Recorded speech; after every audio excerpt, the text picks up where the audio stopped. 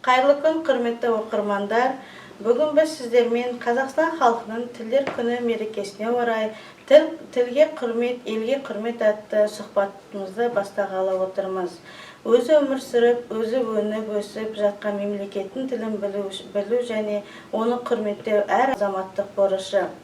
Туған елім тірлігімнің айғағы, тілім барда айтылар сыр ойдағы. Өссе тілім мен де өсем, бірге өсемін, өссе тілім мен де бірге өсемін деп ақын Әбділда Тәжібаев ағамыз жырлағандай. Тіл қай елде болса да қастерлі, құдіретті, ол достықтың кілті, ынтымақтастықтың бастауы. Ырыс берекенің алды, ұлттың әрі жаны, әрі ары. Баршаңызды бүгінгі Қазақстан Республикасының тілдер күні мерекесімен шын жүректен құттықтаймыз. Бүгін біздің кітапханамыз қонағымыз Қарағанды облысының тілдерді дамыту жөніндегі басқармасы ресурстық тіл орталығының әдіскері Әсия Даниярқызы, келдіңіз. Қош көрдік. Қазақ тілі ең әуенді әдемі тілдердің бірі. Григорий Потанин маған бүкіл қазақ даласы ән салып тұрғандай көрінеді деуінің де мәні осында. Өзге ұлт өкілдерінің қазақ тілін үйренуге құштарлығы күн санап артып келе жатқаны бұл біз үшін өте мақтанатын жағдай. Осы орайда Әсия ханым, сізге бір сұрақ туындап тұр. Қазақ тілі өміршең болу үшін не істеу керек деп ойлайсыз? Бұл қаперге алмай жүрген біздің қандай жайттар бар? Енді бұл әр азаматтың өзінің түсінігі, өзінің жаңағы ойы деп ойлаймын. Мысалы үшін Қадыр Мырзалы ағамыз айтады ғой, аузыңа қаншама тіл сыйғанда бір қазақ тілін сыйдыра алмасаң, қазақ болғаның кімге керек деген сияқты. Сондықтан да әр азамат қай ұлттың азаматы болып туылғансын, сол ұлттың тілін білу міндетті табылады. Бұл енді қай жақтан қарасаңыз да, шариғат жағынан қарасаңыз да, басқа жағынан қарасаңыз да, орыс болып туылда өз тілін білу керек, қазақ болып туылда қазақ тілін білу, ағылшын міндетті түрде. Одан кейін бар басқа тілді үйренуге болады. Қазіргі таңда латын әліпбиіне қандай өзгерістер енгізіліп жатыр? Алдыңғы ережелерден қандай айырмашылығы бар?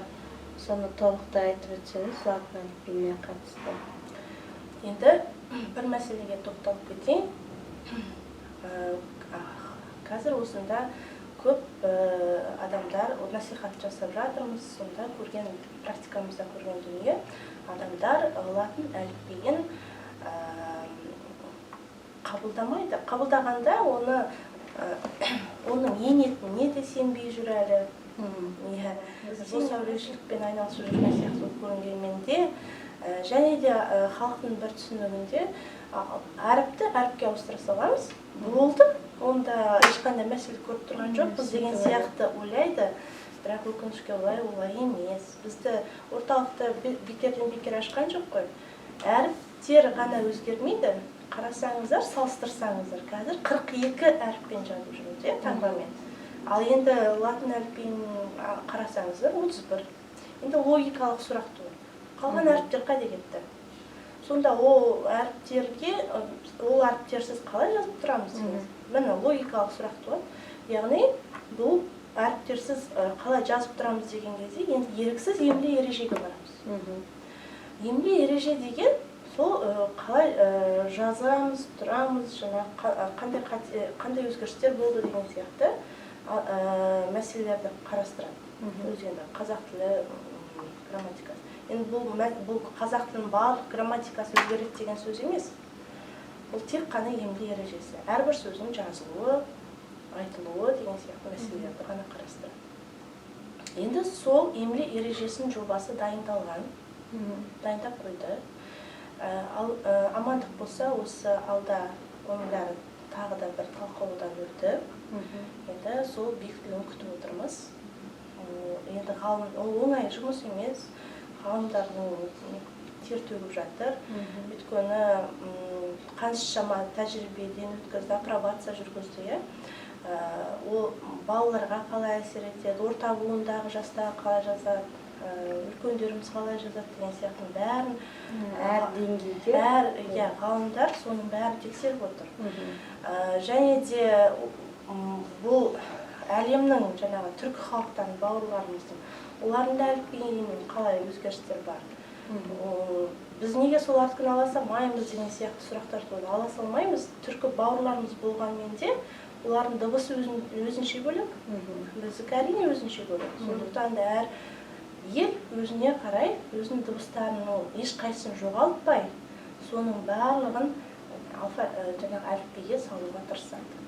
Көрдіңіздер? Бір қарағанда оңай сияқты, бірақ өте қиын. Әрбір жаңағы дыбысқа таңбаның дұрыс қойылуы деген сияқты.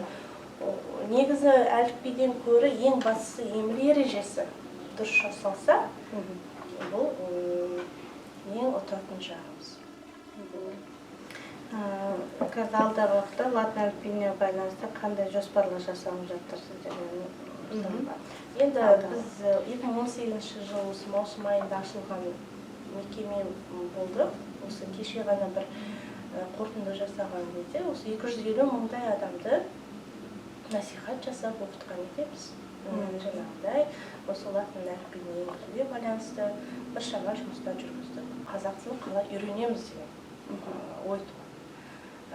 Енді қараңыз, орыс тілді азаматтар Қазақстандағы мектепте, мысалы үшін мектепте енді орыс тілінде орыс сыныптары орысша оқиды да, бірақ қазақ тілін латын әліпбиінде үйренеді. Яғни енді қараңыз, ағылшын тілі де латын әліпбиінде. Көрдіңіздер?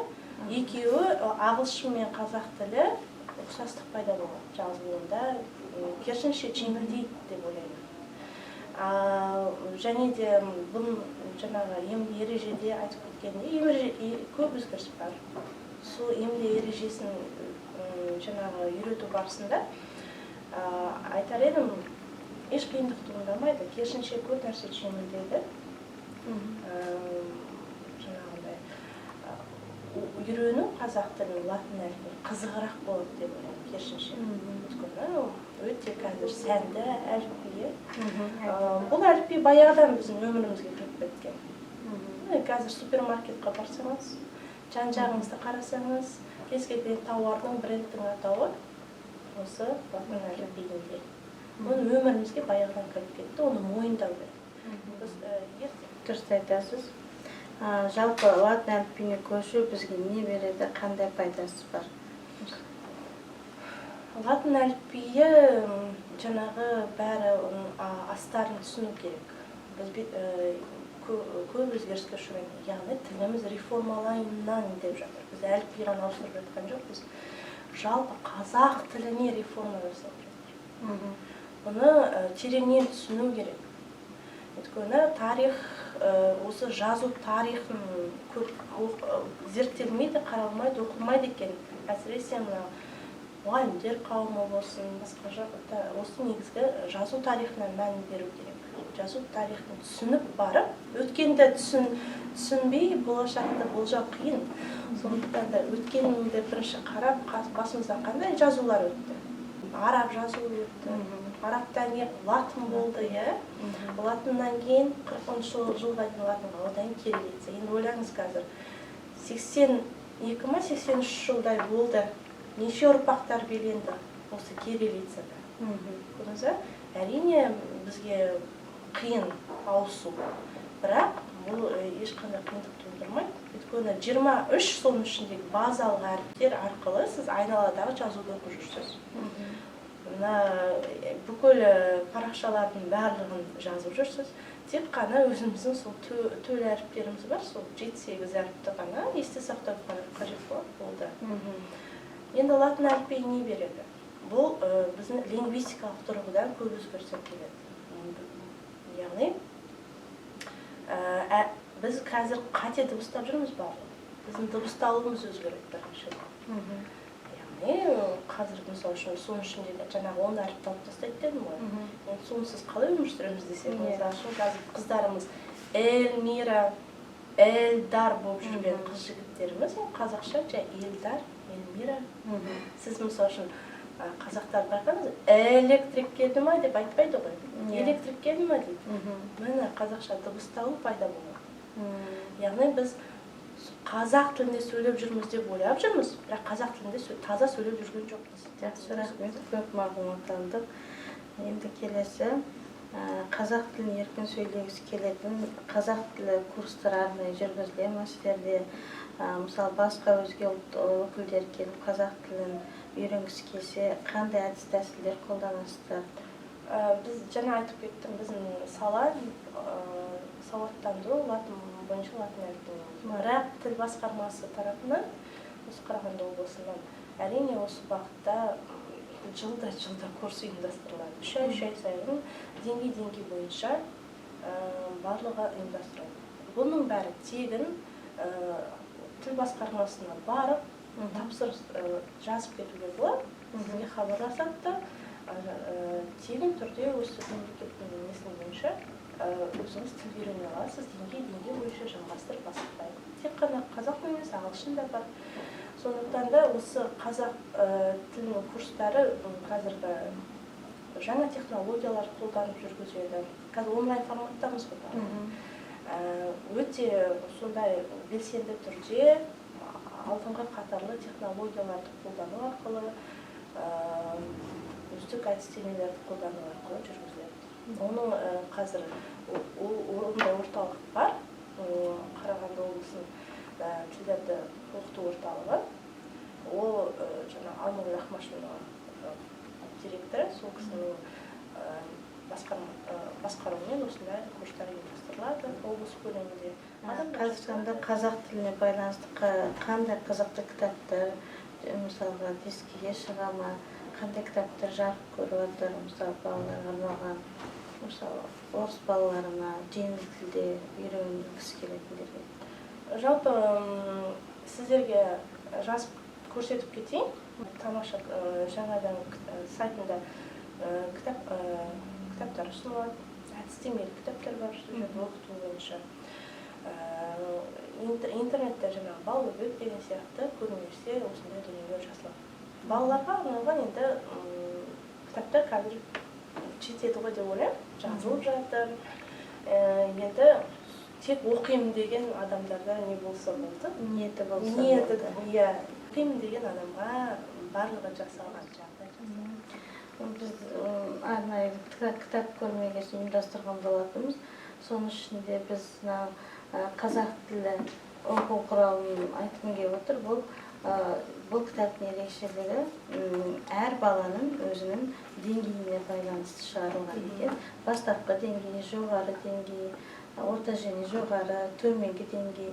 Өте ішін ашып қарасаңыз, өте көп мағлұмат ала аласыз. Мысалға, осы жерден оңай тілден түсінікті тілмен жазылған екен. Тапсырмалармен барлығын түсіріп, осындай кітабымыз бар. Біздің рухани жаңғыру аясында шыққан 100 жаңа есім атты тіл біліміне кіріспе қазақ тілінде бұл да толық оқушылар мен студенттерге филология ғылымын жақсы меңгергісі келетін барлық қамтылып жазылған осының ішінде. Сондай-ақ бізде тағы да тілге байланысты көптеген кітаптарымыз бар. Осындай егер де оқимын деген оқырмандарымыз болса, осы біздің кітапханаға келіп, осындай кітапхана қорымыздағы осындай кітаптармен танысуларыңызға болады. Қадыр Мырзалиев ағамыз айтқандай, өзге тілдің бәрін біл, өз тіліңді құрметте дегендей, тілді білген, үйренген жақсы, оны бір тіл білсең, бір адамсың, екі тіл білсең, екі адамсың дегендей, Абай атамыз айтқандай, бірақ өз тілімізді құрметтеген, аманаттаған да осы ата-бабаларымыз. Сіздерді бүгінгі тіл мерекесімен шын жүректен құттықтаймын. Осындай алтын уақытыңызды бөліп, осындай көп мағлұмат алдық. Бүгінгі сұхбатымыздан сізге алғысым шексіз. Әрі қарай жұмысымыз әрі қарай бірге жалғасады деген үміттеміз. Рахмет сізге. Сіздерге де рахмет шақырғандарыңызға. Барлық ресурстарды сіздерге беруге әзір.